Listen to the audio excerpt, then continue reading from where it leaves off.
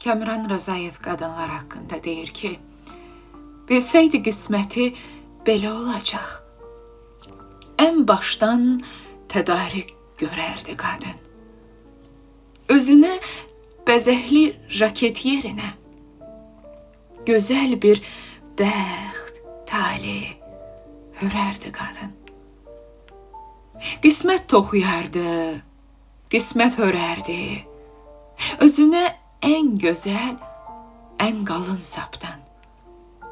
Heç kimin əlinə keçməsin deyə aparıb asardı ən hündür ipdən.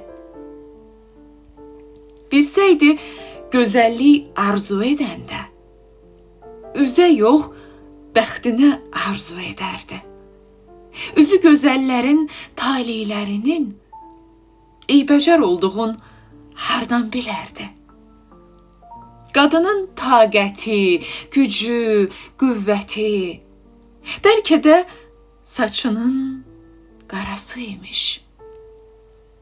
Bəlkə də saçının hər bəyaz teli bəxtinin təzəcə yarası imiş.